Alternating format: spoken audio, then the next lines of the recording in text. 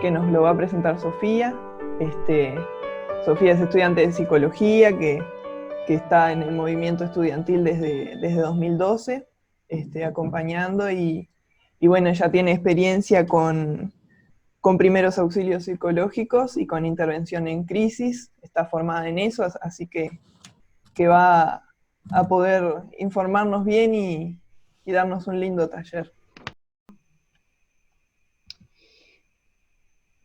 Bueno, salud mental. Vamos a arrancar por esto, ¿no? ¿Por qué es importante hablar de este asunto ahora, ¿no? Eh, yo tengo como tres objetivos básicos con este taller y es, en primer lugar, conocer y despatologizar las reacciones emocionales, psicológicas que podamos estar viviendo, ¿no? ¿Por qué conocer? Yo creo que todos acá conocemos los síntomas físicos del COVID-19, ¿no? Como que ya los escuchamos por todos lados, los sabemos de memoria: tos seca, secreción nasal, mucosa o acuosa, tos seca, fiebre, etcétera, ¿no? Todos lo sabemos de memoria. La cuestión es qué tanto sabemos de las reacciones psicológicas o síntomas psicológicos que podemos estar teniendo y que en realidad pueden ser naturales o, vamos a ver si no, vamos a charlar un poco de eso, ¿no? Por otro lado, la idea es también conocer los grados de afectación. Esto que está sucediendo es una situación completamente nueva, nos afecta a todos, pero en grados y formas diferentes, ¿no? La cuestión es que nadie sale ileso, por así decirlo, de una crisis sanitaria como esta, ¿no? A nivel psicológico. Todos somos afectados y esto nos deja huella, nos deja marca en alguna medida, entonces vamos a estar hablando de esos grados también. Y bueno, reconocer y potenciar las estrategias de afrontamiento que tenemos para atravesar y salir de esta situación sanitaria, ¿no? Vamos a arrancar con el grado de impacto, ¿no? El grado de impacto es, como les decía, individual, cada uno lo vive y lo transita de formas diferentes, unos se sienten más afectados, más sensibilizados por lo que está pasando, otros no tanto, ¿no? Pero al fin y al cabo en todos es diferente porque tiene que ver con tres componentes, con tres variables, ¿no?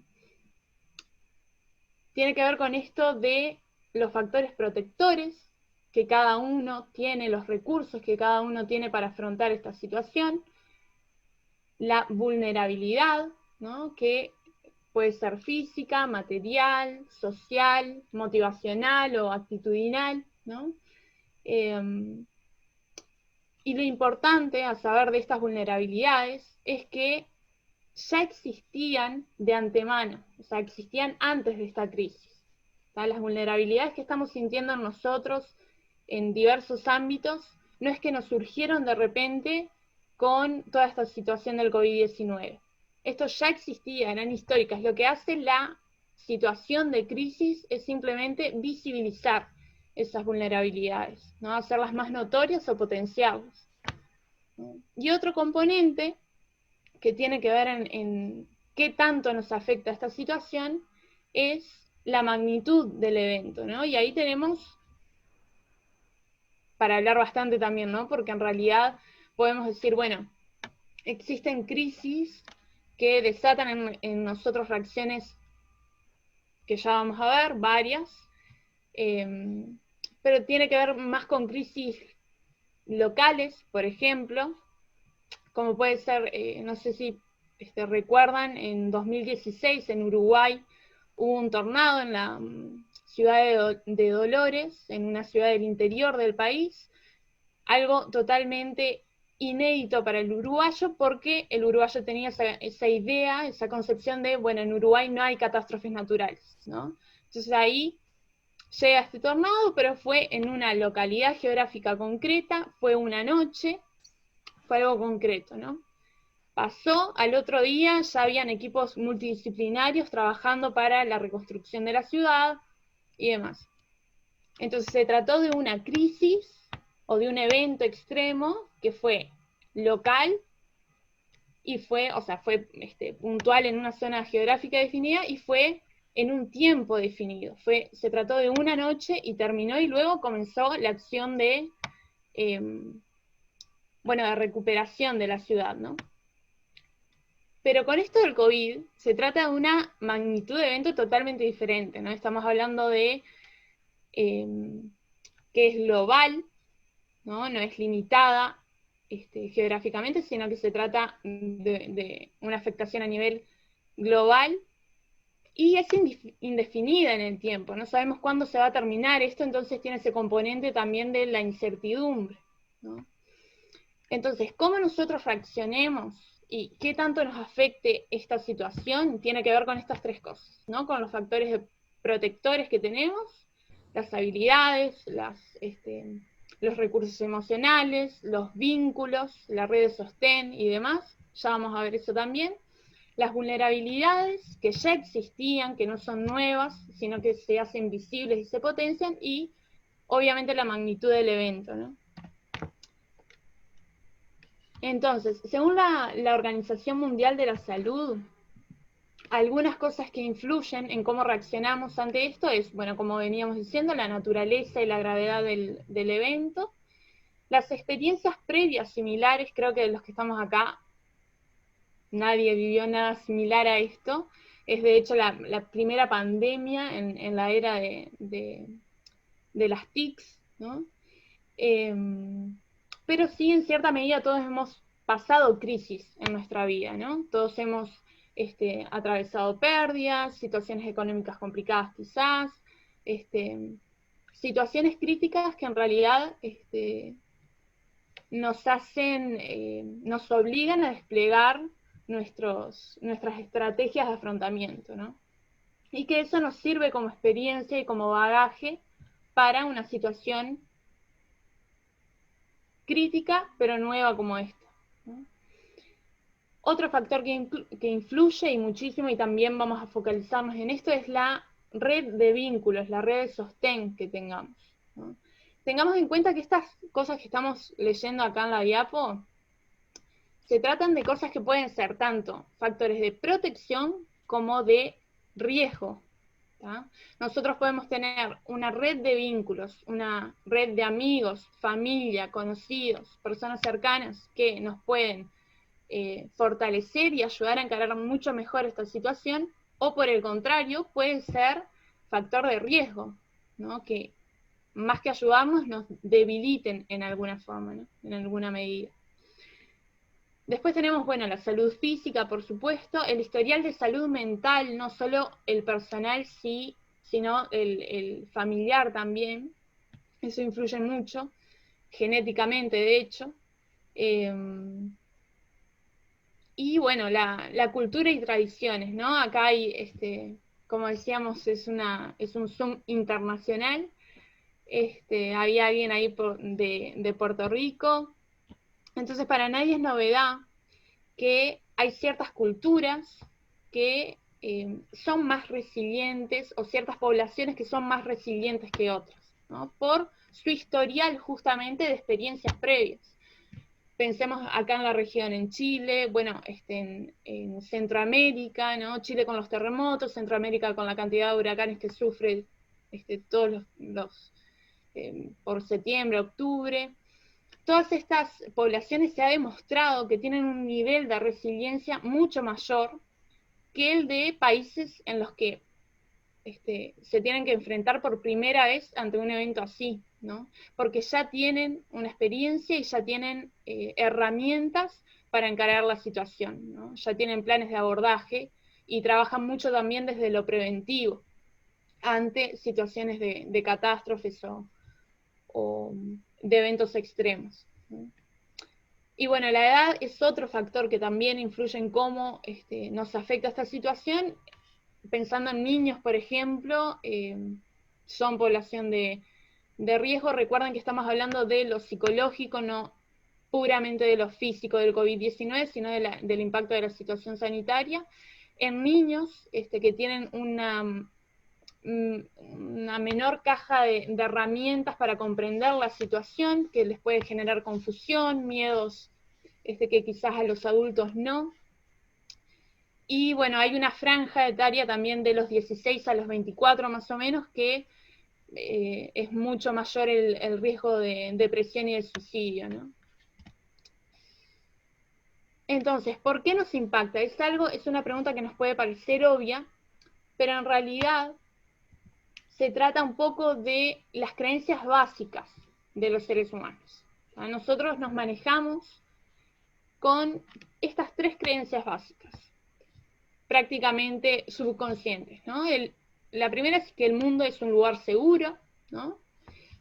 La segunda es que la mayor parte de las personas son benevolentes y que podemos predecir, entre comillas, o tener cierto control sobre nuestro futuro inmediato, ¿no? Sobre nuestra rutina, sobre nuestro día a día.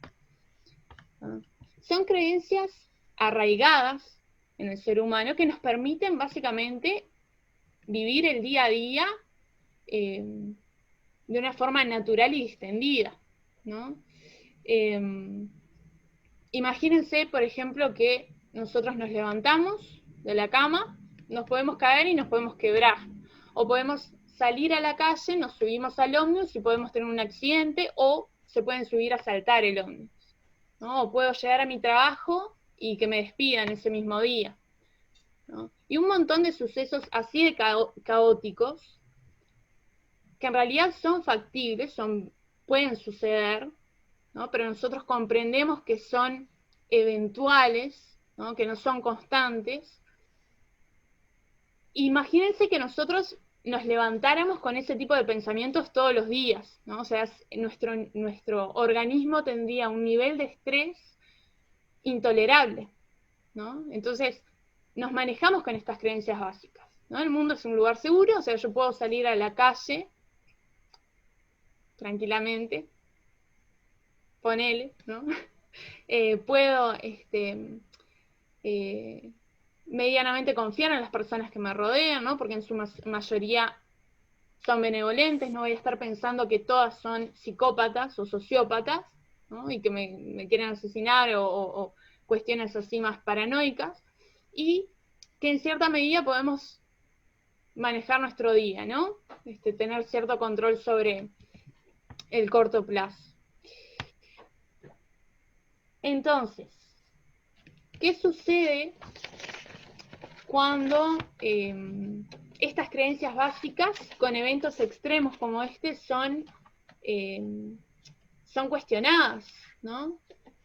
Estos sucesos de esta magnitud o cualquier otra crisis que vivamos en nuestra vida quiebra en cierta manera esas creencias básicas con las que nos manejamos, ¿no? Las interpela. Y eso produce un desequilibrio en nuestra homeostasis, digamos, psíquica, que nuestro cuerpo, nuestras acciones, nuestras conductas van a intentar regular. Y es ahí que surgen este tipo de reacciones, ¿tá? Acciones o conductas o emociones que van a buscar el equilibrio de vuelta, ¿no? Para darles un ejemplo, ¿vieron esto del este fenómeno en los supermercados, ¿no? Especialmente en los primeros días en los que el COVID llegó a nuestros países, que todo el mundo se amontonaba en los supermercados a llenar los carritos, y era como era como un miedo masificado a que se acabara, por ejemplo, el papel higiénico, ¿no? Que nunca vamos a terminar de entender por qué el papel higiénico, pero esta es una conducta que nos hace sentir que de alguna forma retomamos el control sobre la situación. Un control que perdimos por una situación, un evento extremo, externo y sumamente novedoso, ¿no? Entonces ahí es una teoría que explica un poco esto de las compras de pánico, porque esto tiene nombre, se llama así, compras de pánico, que suceden en situaciones críticas así, ¿no? Antes de entrar a ver las reacciones que vamos a ver que están agrupadas en 4 bloques, tenemos que manejarlas con 3 premisas, ¿no? La primera premisa, la primera realidad sobre estas reacciones psicológicas o síntomas psicológicos que podemos tener es que la mayor parte de las reacciones deberían justamente mirarse no como patológicas, sino como una adaptación y una defensa de nuestro cuerpo a la situación novedosa. Todo esto que ya venimos repitiendo hace rato, ¿no? La segunda premisa es que tanto el momento de aparición de estas reacciones como su intensidad varían de persona a persona. O sea, no podemos pretender que todo el mundo reaccione de la misma forma y con la misma intensidad y al mismo tiempo. Hay personas que quizás tuvieron síntomas de ansiedad desde el día 1 que se supo del COVID en China, y hay personas que hasta después de 2 semanas que llegó el COVID a su país no reaccionaban a la realidad que tenían enfrente, ¿no? Entonces, el tiempo de reacción y la intensidad varía en todos, ¿no? Y otra premisa sobre estas reacciones es que remiten. O sea, tenemos que ser conscientes de que si tuvimos o estamos atravesando alguno de estos síntomas, van a remitir. Así como la crisis en algún momento va a terminar. El COVID no va a desaparecer, ya es un virus que existe y no va a desaparecer, pero sí la pandemia se va a regular en algún momento. Entonces toda esta crisis va a parar y estas reacciones que estamos teniendo también van a remitir, ¿no? No solo porque la crisis termine, sino también por estos recursos adaptativos que nosotros tenemos y para afrontar la situación, ¿no? Y esto lo puse en un cartel gigante porque voy a repetir esto todo el taller. La reacción es esperable, lo que es inesperado es la situación, ¿tá? Hay mucho mito y hay mucho prejuicio sobre nuestras emociones, ¿no? Por eso es que justamente muchos se lo callan, muchos lo sufren solos, por esta vergüenza de no, ¿cómo voy a contar? Y para quienes somos cristianos acá, y más siendo cristiana, que estoy sintiendo síntomas depresivos en una situación como esta, no, porque me van a juzgar y demás, hasta uno mismo se puede llegar a juzgar, ¿no? Nuestras emociones son definitivamente un regalo de Dios, justamente también para adaptarnos y reaccionar a este tipo de situaciones nuevas, y son esperables. Lo que no es normal o no es cotidiano es la situación. Eso lo tenemos que tener en claro todo el tiempo mientras vayamos viendo los síntomas. Entonces, tenemos 4 grupos que en realidad es relativo porque pueden haber muchos síntomas que son transversales, que atraviesan todas estas categorías, pero más o menos como para una cuestión más pedagógica, los dividimos en 4 grupos. Tenemos los físicos, por un lado, que son estos, ¿no? De hecho, pueden faltar varios acá. Cansancio o fatiga, taquicardias, esto de el ritmo cardíaco acelerado en situaciones que quizás lógicamente no lo ameritarían, ¿no? Bueno, migrañas, dolor de cabeza, hipersensibilidad sensorial, ¿no? Esto de que nuestros sentidos están a flor de piel, ¿no? Y un tipo de hipersensibilidad es la fotofobia, es como una molestia bastante particular con la luminosidad, ¿no? Bastante molestia también, hipersensibilidad con los ruidos, con los sonidos. Tiene que ver esto también con el estado de vigilancia, ¿no? A nuestros sentidos estar tan exacerbados, vamos a estar hipervigilantes, ¿no? Más allá de que todo el tiempo estamos escuchando cuestiones del COVID, ¿no? Quizás muchos experimentamos cuando llegó a nuestro país esto de tener que salir. Yo personalmente me tenía que subir a un ómnibus, intentaba no tocar nada, hacía malabares para no caerme, pero esto de la hipervigilancia, ¿no? De estar pendientes del asunto todo el tiempo, ¿no? La hiperventilación es justamente lo contrario a la sensación de ahogo, ¿no? Hiperventilación es como que si en la sensación de ahogo sentimos que nos falta el aire, la hiperventilación es no sé qué hacer con tanto aire que entra en mis pulmones, ¿no? Esto es puramente físico. Bueno, el encogimiento de garganta, pecho y estómago son los típicos nudos que decimos, ¿no? Los nudos que se nos hacen en la garganta, como el pecho apretado, el nudo en el estómago que sentimos en situaciones de mucho estrés. Y alergias que se ven también exacerbadas, ¿no? Los alérgicos sabemos cómo podemos sufrir estas cosas. Los síntomas cognitivos tienen que ver más con el ámbito del pensamiento, ¿no? Con la función del pensamiento. Entonces ahí encontramos confusión y desorientación, dificultad en la toma de decisiones, ¿no? Cuestiones que antes decidíamos fácilmente y rápido, ahora hay como un retardo en eso. Problemas de atención, memoria y concentración, porque justamente parte de esa atención, de esa memoria y de esa concentración están ocupadas por el asunto que nos que está bombardeando todo nuestro ambiente, ¿no? Las noticias sobre el COVID y demás. Bien. Después dice, bueno, dificultad para realizar tareas automáticas, cosas que justamente antes hacíamos así sin tener que poner en eso un esfuerzo cognitivo mayor, ahora nos vemos como también retardados en eso. A mí me pasó la otra vez, en mi trabajo tengo que poner un código para habilitar mi teléfono, ¿no? Eso es algo sumamente automático. O sea, llego, marco el código, punto final.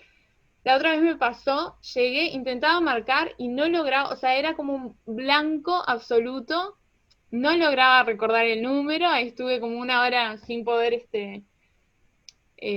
atender llamadas y demás porque estaba bloqueada, ¿no? Y cuestiones así que pueden ser naturales, ¿no?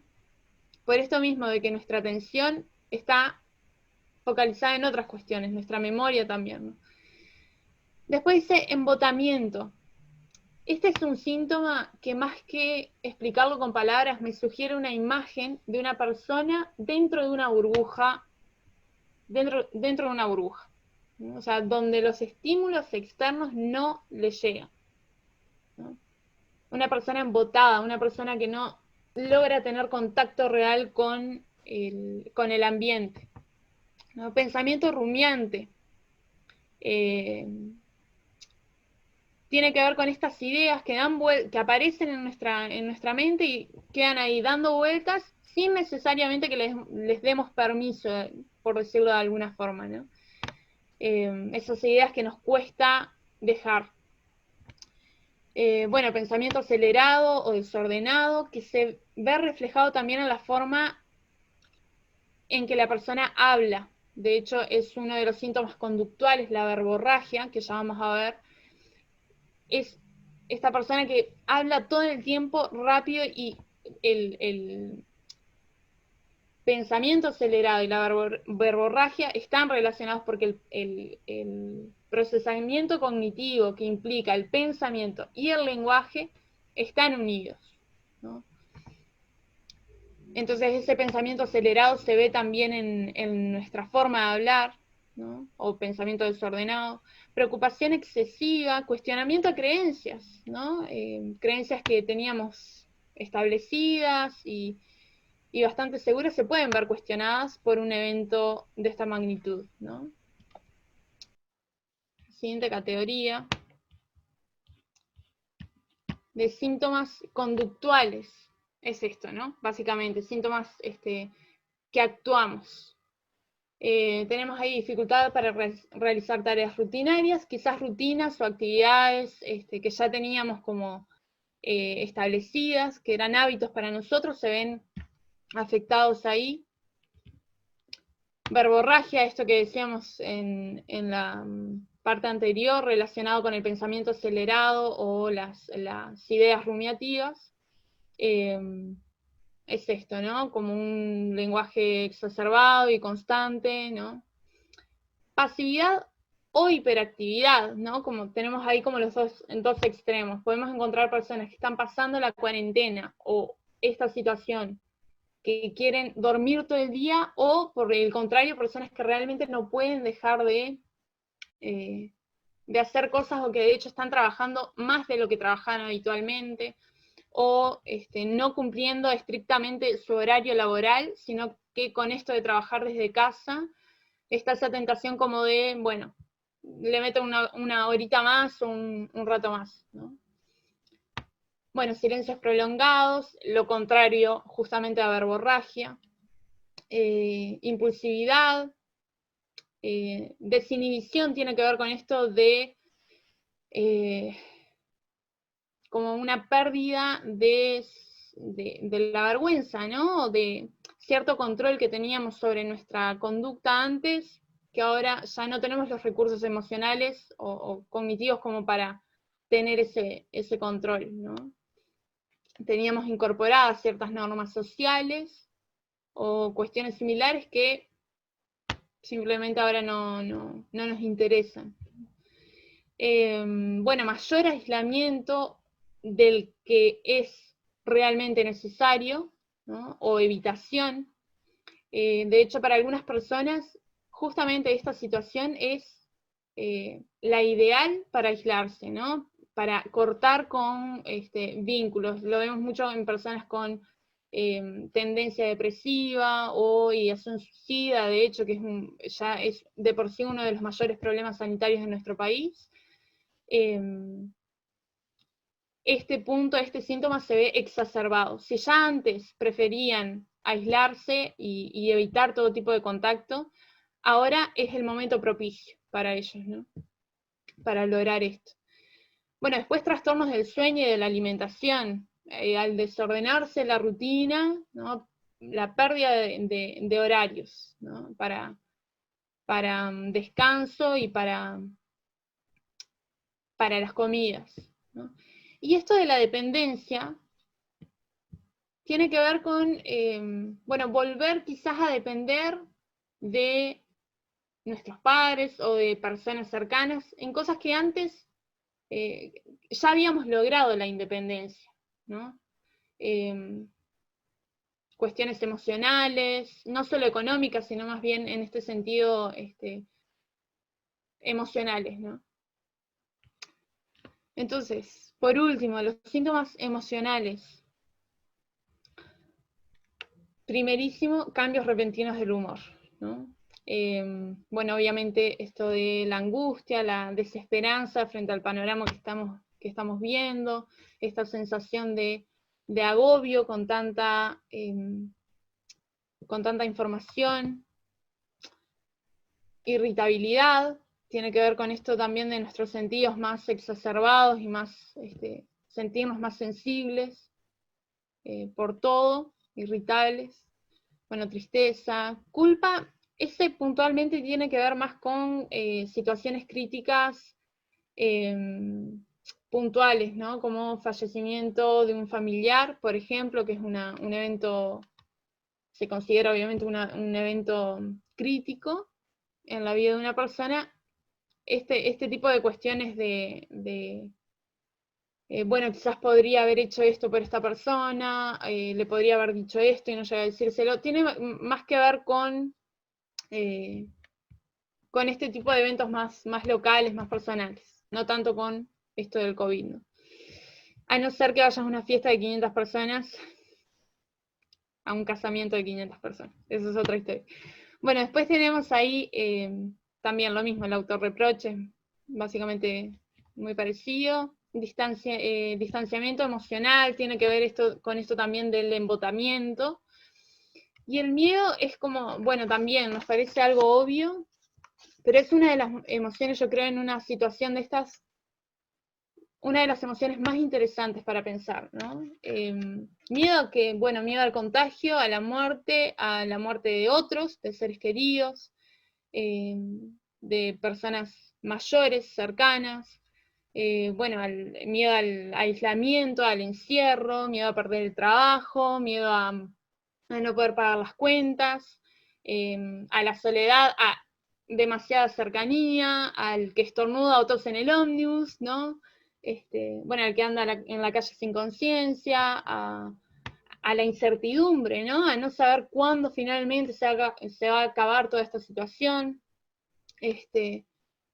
Tenemos ahí una extensa lista, ¿no? De miedos que son viables. O sea, es normal, ¿no? Experimentar algo de esto. Y lo curioso y lo particular de la emoción del miedo es que es una de las emociones más contagiosas, ¿no? Traspasa lo racional porque está asociado a la lógica de la supervivencia, ¿no? Hay cierto nivel de miedo, cierto nivel de estrés, que se le llama eustrés en términos técnicos, que es saludable, ¿no? Porque es lo que nos permite reconocer el peligro y responder, ¿no? Pero ya pasamos a otro nivel de estrés, que tiene que ver más bien con el disestrés, en términos técnicos también, que es este miedo quizás un poco más exacerbado y más constante que se nos despierta en estas situaciones, ¿no? El miedo en realidad supera lo perceptivo porque se da, digamos, neuroceptivamente.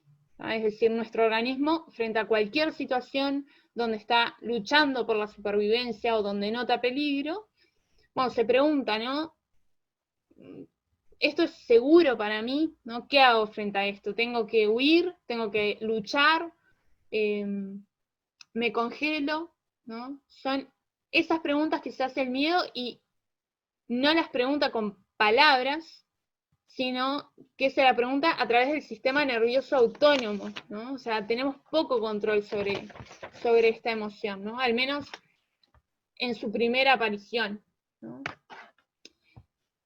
Si bien hablábamos de que, bueno, la idea de estos síntomas y de estas reacciones sean adaptativos, ¿no? Nos sirvan para afrontar esta situación y son una respuesta natural de nuestro cuerpo a una situación totalmente nueva, también tienen ese componente amargo, ¿no? Esto de, bueno, son síntomas incómodos, ¿no? No está bueno tener insomnio, tener migraña, estar hipersensible, tener irritabilidad y andar peleándome por ahí con todo el mundo. Entonces, en cierta medida, podemos tener herramientas que nos ayuden a regularlos, ¿no? Nótese que dice mitigar los síntomas y no eliminarlos, ¿tá? Justamente por esto que hablábamos de que si los eliminamos o los queremos desaparecer, estamos bloqueando una forma que nuestro cuerpo tiene de adaptarse, ¿no? Y hacer frente a esta situación. Y justamente se trata de mitigar más bien ese lado negativo, ¿no? Esa parte negativa de estas reacciones. Para eso tengo acá, bueno, voy a ir un poquito más rápido por cuestión del tiempo. Hablando de tiempo, recuperar un poco esta noción del tiempo, ¿no? Y esto en dos sentidos. Esto lo planteaba el decano de la Facultad de Psicología en una entrevista que le hicieron en Telenoche, me parece que fue. Bueno, en cómo afrontamos esta situación, él decía, bueno, primero, lo que es respecto a la noción del tiempo, poder recuperar la perspectiva, ¿no? Hay gente que puso su vida entre paréntesis con esta crisis, ¿no? Que la suspendió, ¿no? Entonces tenemos que recuperar esta capacidad de darle continuidad a la vida, pensar, él planteaba, bueno, pensar cómo estábamos viviendo antes, cómo nos toca estar viviendo ahora, y cómo vamos o cómo queremos vivir después, ¿no? Porque esta crisis va a finalizar y cómo vamos a retomar la nueva normalidad, ¿no? Pensar un poco eso y tomar perspectiva en este sentido, ¿no? Que a veces nos agobiamos con todo lo que está pasando y no logramos tomar distancia, respirar y decir, bueno, voy a razonar la situación un poco mejor, ¿no? La vida sigue, ¿no? ¿Y cómo va a seguir? En ese sentido, por un lado, pensar en la noción de tiempo y por otro lado, construir el tiempo, ¿no? Hacer un plan, una rutina, ¿no? Es muy común hoy en día encontrar personas que no tienen idea de qué día es, mucho menos la fecha o la hora del día, ¿no? Por este rompimiento de la rutina, ¿no? Y de los hábitos, ¿no? Entonces tenemos que armar intencionalmente algo que nos permita percibir la densidad del tiempo, ¿no? Que nos permita sentir el tiempo pasando con nosotros, ¿no? Ya suficiente control perdimos de nuestra rutina con estas nuevas restricciones que estamos teniendo que tomar para poder cuidarnos, ¿no? Eso es suficiente. No perdamos más control del que debemos ya perder, ¿no? Entonces, armar en ese sentido intencionalmente una rutina, ¿no?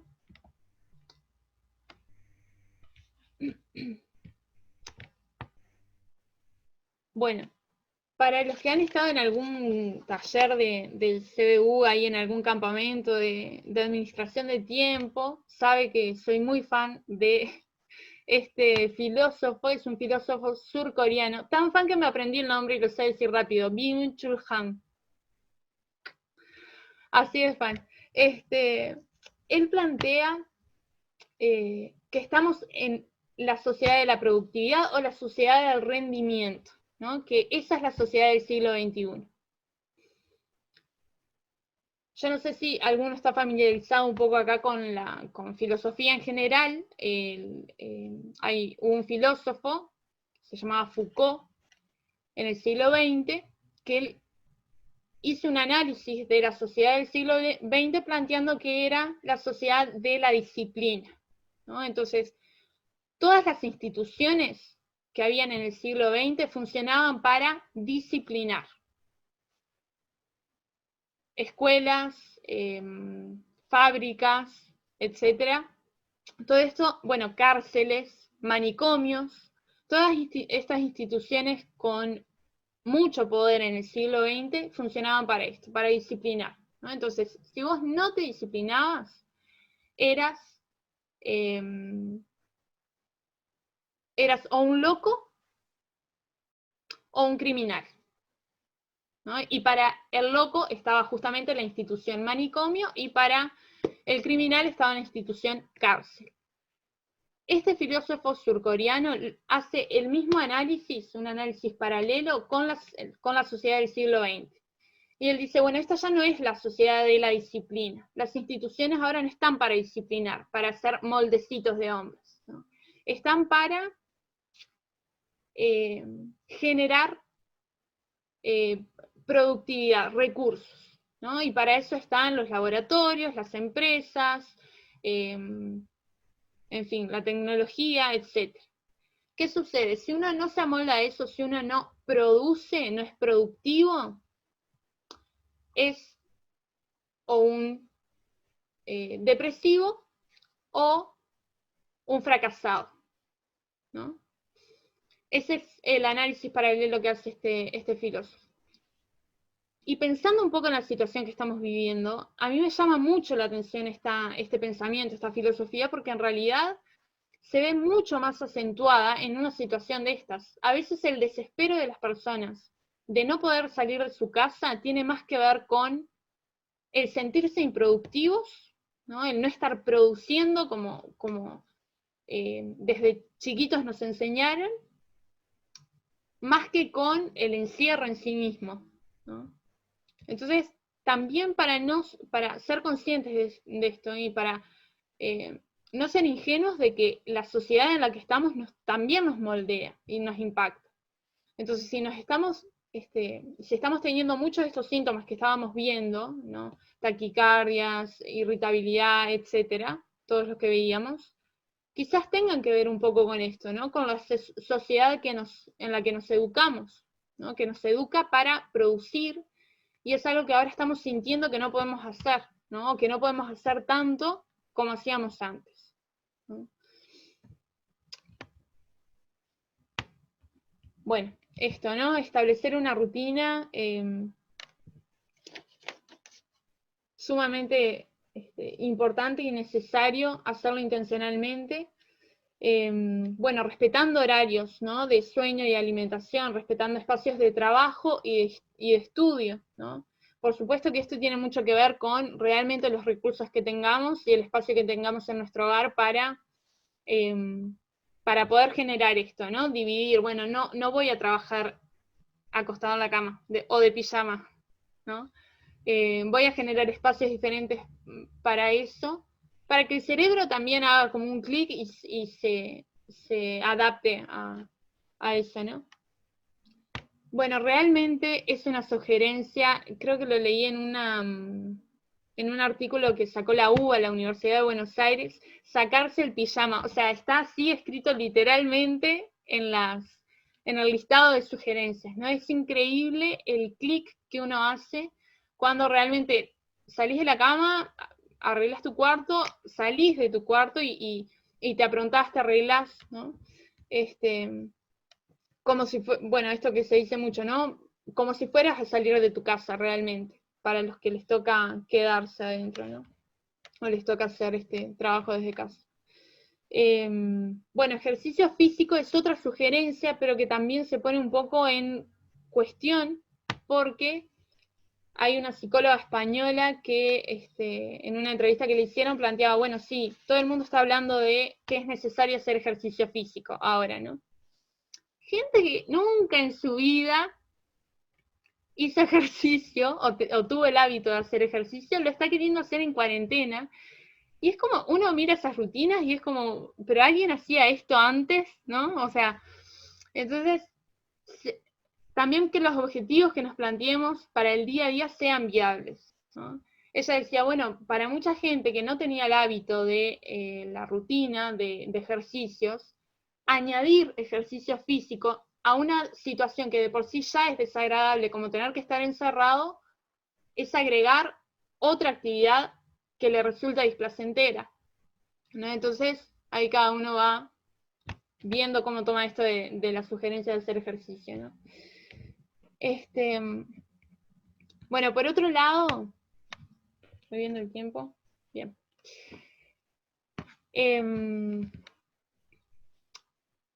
Fortalecer las redes, ¿no? Como segundo punto. En primer punto veíamos este tema de la noción del tiempo, de la rutina, de tomar noción de que la vida continúa, y por otro lado, fortalecer las redes. También el decano de la Facultad de Psicología, Irrazábal, planteaba esto, ¿no? Nos enfrentamos a esta paradoja, ¿no? Para no enfermarnos, tenemos que mantener distancia, sin embargo, esa distancia puede enfermarnos, ¿no? Es realmente una paradoja, pero quizás sí malinterpretamos la sugerencia que nos están haciendo, ¿no? Y remarcar esto, es otra frase que dejé ahí bien grande para que nos quede claro, ¿no? El aislamiento es físico, no social. Hemos estado utilizando el término aislamiento social muchísimo, más de lo debido. Y de hecho la Organización Mundial de la Salud a mediados de marzo más o menos también propuso hacer que la población hiciera el intento de dejar a un lado esa terminología, ¿no? Es impresionante cómo el uso de metáforas y de palabras tiene poder sobre nuestros hábitos y sobre nuestra conciencia de la realidad. Y esto del aislamiento social está muy arraigado, esa frase, y es complicado eliminarla ahora, ¿no? Pero es necesario marcar esa diferencia, ¿no? ¿Por qué? Porque el contacto social se trata de una necesidad básica. En una investigación que hicieron en esta universidad de Massachusetts, creo, a ver, sí, fue un estudio, de hecho, bastante reciente, con 40 personas, ¿tá? 40 adultos, que básicamente el resultado del estudio lo que planteaba es: la comida es al hambre lo que el contacto social es a la soledad. ¿Cómo llegaron a esta conclusión? Sometieron a estas 40 personas a una sesión de 10 horas privados de comida y una segunda instancia, una segunda sesión de otras 10 horas de las 9 a las 19 privados de contacto social. Después de ese experimento les hicieron una resonancia magnética funcional, o sea, sería como como ver en tiempo real la actividad cerebral, y después de ambas instancias, que estuvieron privados tanto de comida como de contacto social, la actividad cerebral era muy similar, ¿no? Entonces, así llegaron a este resultado, ¿no? El contacto social es una necesidad básica, tanto como la alimentación, ¿no? Y acá un resumen que saqué de ese estudio dice: al igual que el hambre y la sed, la soledad actúa como una alarma biológica. El dolor que genera esta soledad, esta hambre, nos impulsa a buscar conexión social, ¿no? Al igual que lo genera los dolores del hambre, que nos instan a buscar comida, ¿no? Dice ahí el psicólogo que estuvo encargado de esta investigación, dice: especulativamente sugiere que el aislamiento social crónico podría ser algo así como la desnutrición a largo plazo, produciendo una necesidad constante y aversiva que desgasta nuestro bienestar. Entonces pensemos, y realmente nos puede parecer súper repetitivo esto del aislamiento social, y bueno, que sí, pero están las redes, si hacemos videollamada y tal. Se trata de una necesidad básica, o sea, lo tenemos que tomar con más seriedad de lo que quizás lo estamos tomando, ¿no? Ahí en otro estudio, yo después les voy a pasar en un archivo todos los links de todos estos estudios que estoy mencionando, plantea que algunos efectos de la soledad empeoran el sistema inmune, ¿no? De hecho, justamente en una situación sanitaria como esta, donde tenemos que intentar tener nuestro sistema inmune lo más fortalecido posible, la soledad lo empeora, incrementa la depresión y la ansiedad, ¿no? Tomemos en cuenta también que muchos síntomas de la ansiedad están relacionados a síntomas del mismo COVID, ¿no? Por ejemplo, taquicardias o, bueno, falta de aire, que a veces se pueden confundir, ¿no? Incrementa también los problemas cardiovasculares, para quienes ya lo tenían más que nada, ¿no? Entonces ahí esta revista que aparece acá abajo da algunas sugerencias para esto de cuidar nuestra red de sostén, ¿no? Nuestra red de vínculos. Profundizar y ampliar nuestra red de vínculos, ¿no? Profundizar e intentar retomar y reparar vínculos que quizás descuidamos a través de este precioso recurso que tenemos, que son las redes, y ampliar, ¿no? Esa red. Después da en esta misma revista, dan una lista de aplicaciones y páginas y demás que nos ayudan a mantener el contacto. De hecho, unas aplicaciones de juegos, House Party, no sé si alguien la probó ya. Uno se conecta, creo que son hasta 4 personas máximo, y es para jugar ahí online. O sea, recursos para mantener nuestros vínculos tenemos, ¿no? Y otra recomendación que da, o un desafío que plantea, es 1 minuto de bondad, ¿no? Y se trata de, tomamos 1 minuto al día para escribir a alguien un mensaje de gratitud por X motivo, ¿no? Y un comentario amable, ¿no? Cuestiones detallecitos que nos pueden ayudar en nuestros vínculos. Bien, pasando esto rapidísimo, esto de los recursos personales de afrontamiento, como decíamos, tiene que ver con la vulnerabilidad, con nuestro historial de crisis previas, con nuestra red de sostén y demás. El punto es que todos tenemos recursos de afrontamiento, habilidades y demás que nos ayudan a superar situaciones así, lo que conocemos como resiliencia, ¿no? Entonces la idea, especialmente en situaciones críticas como esta, es tomarnos el tiempo para pensar, bueno, nunca pasé una pandemia, pero sí pasé otras crisis, ¿no? Sí pasé momentos difíciles en mi vida. ¿Qué recursos tuve a mano? ¿Qué recursos utilicé para salir de esa situación, ¿no? Varios. Mi contacto con mi familia, poder, no sé, hablar una vez por día al menos con un amigo y poder hacer lo que llamamos ventilación emocional, ¿no? Poder hablar de lo que estamos sintiendo. Para mí personalmente, por mi personalidad, podría ser tomarme un tiempo a solas, en fin, diferentes estrategias que nos ayuden a salir adelante, ¿no? Y ahora vamos a los grupos pequeños. Entre todos los que somos, vamos a hacer 4 grupos. Todo ahí está encargado de hacer esos grupitos en el sistema. Se les va a pasar un pasaje bíblico con un par de preguntas que son preguntas puramente de observación del pasaje, ¿tá? Y, bueno, unas preguntas para analizar.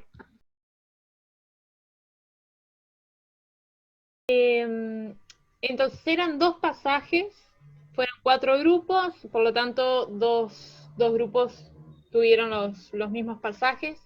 La idea es que, también por cuestión de tiempo, el facilitador de ese grupo, si es que tenían alguno asignado, pueda responder bien concreto a estas preguntas según lo que hablaron en el grupo, ¿no? Los 4 grupos tenían las mismas preguntas, más allá de que fueran pasajes diferentes.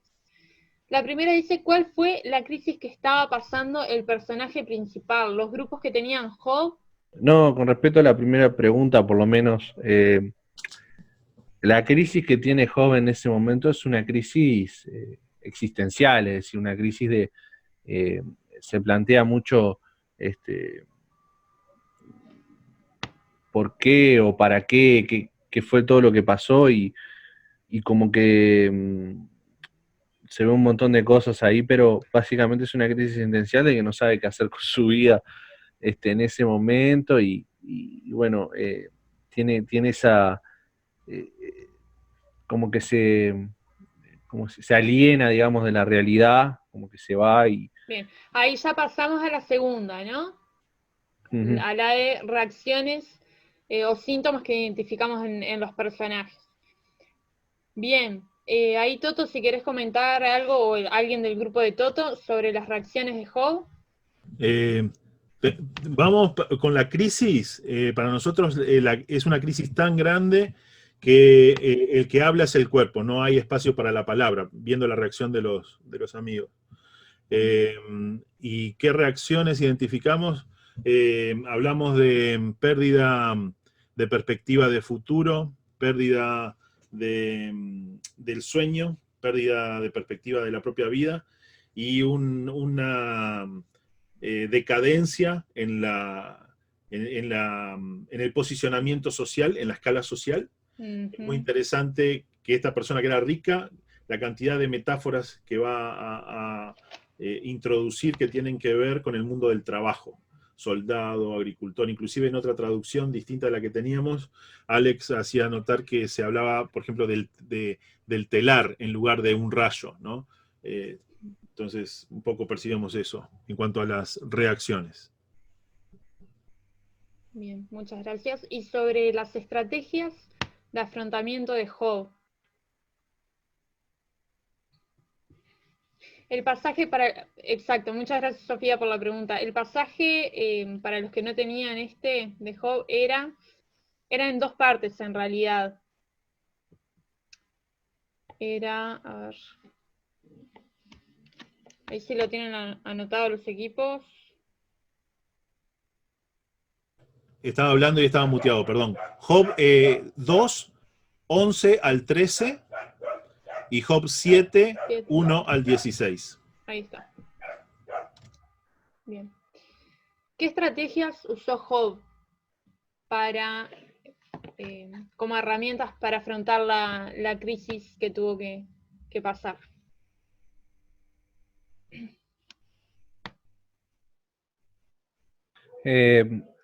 Bueno, una de las herramientas que usó fue el tema de intentó dormir y no pudo alcanzar el descanso que quería porque le venían como pesadillas, dice el pasaje. Y lo otro que intentó suicidar, o sea, pensó y tenía el deseo de suicidarse como para acabar con todo. Entonces esos son como los 2 mecanismos que encontró para tratar de escapar. Exacto. Y una estrategia fuerte fue el tema de hablar, aunque quiso callarse y no pudo. Y lo expresó, y lo expresó, y se expresó, y eso vimos que fue como algo muy fuerte para él superar esta situación, ¿no? Superar o mitigar, digamos. El contraste entre el principio donde no hay palabra y la reacción de él donde sí verbaliza, pero muy metafórico en todo lo que dice, ¿no?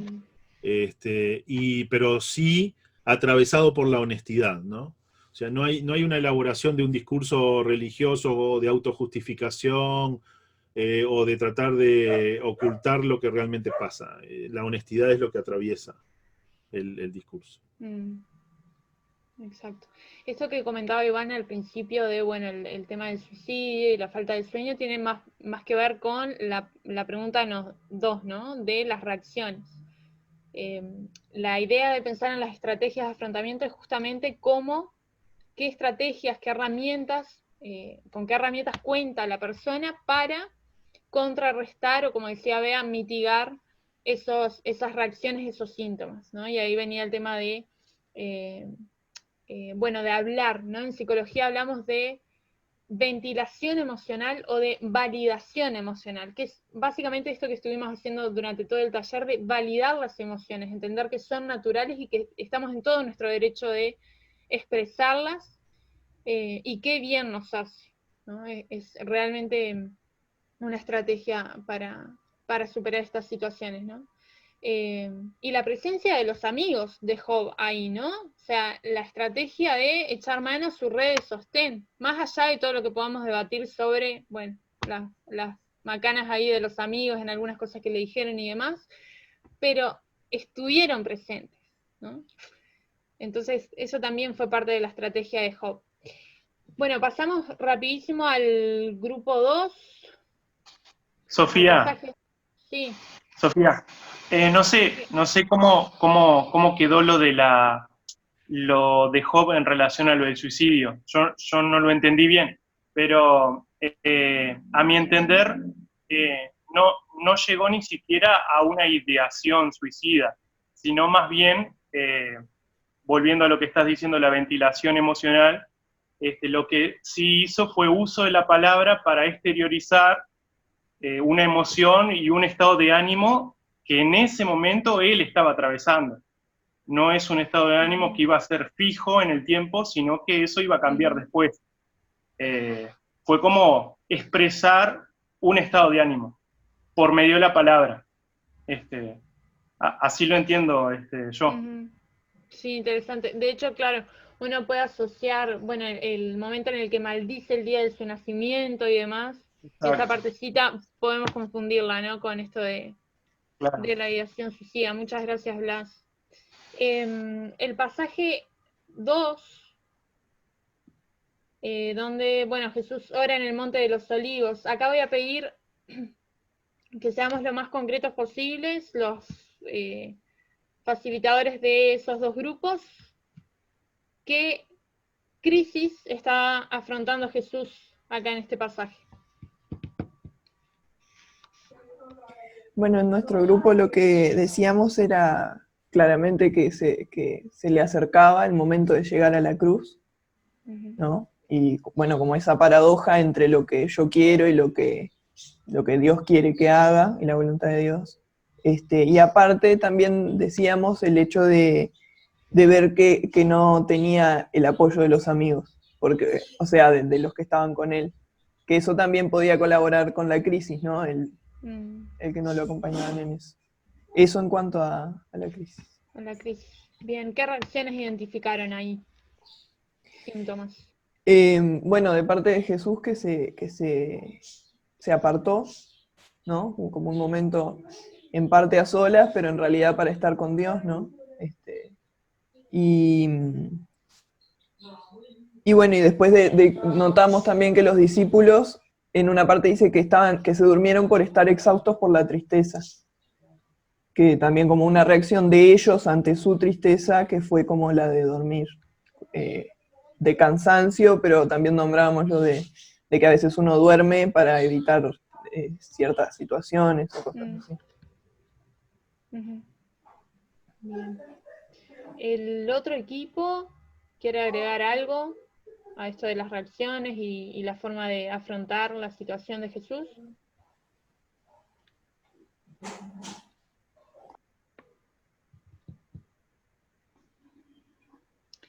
No sé quién estaba ahí facilitando el otro equipo. Santi. Era yo, Sofi. Bien. No sé si quieren decir algo, chicos. Hugo, Nico.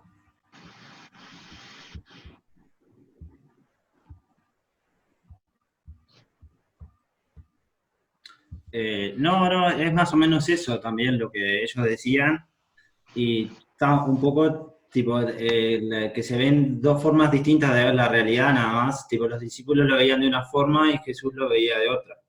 Ellos dormían y tipo, en algún momento en el grupo hablamos como que también, tipo, tal vez no comprendían cabalmente lo que iba a pasar después. Y Jesús, sin embargo, sí, y capaz que él, cuando va y les dice por qué duermen, en realidad los trata de llamar a la realidad, decirle que en realidad tienen que estar preparados para lo que iba a venir. Tipo, una cuestión, tipo, de eso nada más, para acotar. Bien. Todo lo contrario a este síntoma de la evitación o la negación de la realidad, ¿no? La invitación de Jesús ahí a afrontarla justamente, como una estrategia. Bien.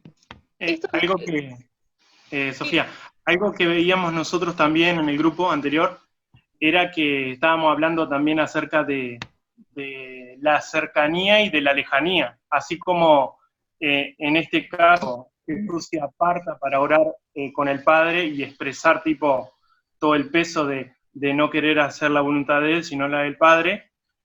Por otro lado, hablamos de esto, ¿no? De que así como se construye la cercanía, ¿no? También se puede construir la lejanía.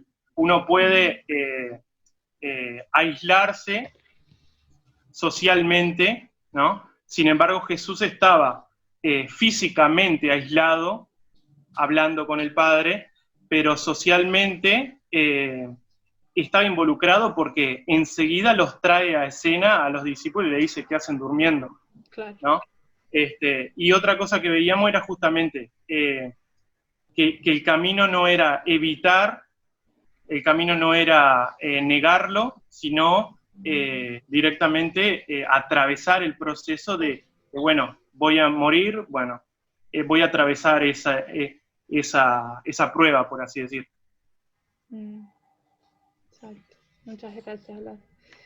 La idea, gente, de compartir y reflexionar sobre estos pasajes es entender que todo esto que hablábamos, más de materia de psicología durante todo el taller, tiene mucho que ver con la Biblia. La Biblia tiene mucho que ver con las emociones. En cada pasaje que nos encontramos podemos reflexionar sobre esto, ¿no? Sobre una posible crisis que estuviera atravesando el personaje, identificar, según el relato, qué emociones estaban ahí y cómo hizo frente a la situación, ¿no? Qué estrategias utilizó. Y que no se distancia de lo que podemos hacer nosotros, ¿no? De lo que podemos vivir, de las crisis que podemos vivir nosotros, de las emociones que podemos tener nosotros y de las formas en que nosotros podemos afrontar las crisis. Entonces la invitación es que, bueno, en sus próximos estudios bíblicos, en sus próximos devocionales y especialmente en una situación sanitaria como esta y de crisis como esta, podamos conectar más con esta parte psicológica, ¿no? de los personajes bíblicos y prestar más atención a eso. Porque definitivamente va a resultar una referencia para nosotros guiarnos, mientras, como decía Blas, no nos queda otra que atravesar esta situación. Gente, muchísimas gracias a todos por la participación. Vamos a hacer una foto grupal que siempre hacemos. Entonces les voy a pedir a todos que enciendan la cámara, ahí, que pongan su mejor sonrisa, ¿sí? Y hacemos la fotito grupal. A ver si ahí aparece bien Gastón. Ahora vamos a ver esto de los pijamas. ¿Cómo? Vamos a ver esto que hablábamos del pijama. Sí, y tal. ahí va. Ahí va, sí. Eso mismo. Arrímense con la computadora, entonces que no se le vean. No le voy a decir nada a Priscila que muestre sus zapatillas ni nada por el estilo, pero bueno. Bien, sí, estamos todos ahí, entonces miramos a la cámara. Mi carita de la foto. Ahí va, dale. Miraste bien ahí. Ay. Bueno, bien. Sonreímos, 1, 2, 3, miramos a la cámara y ahí va. Sí.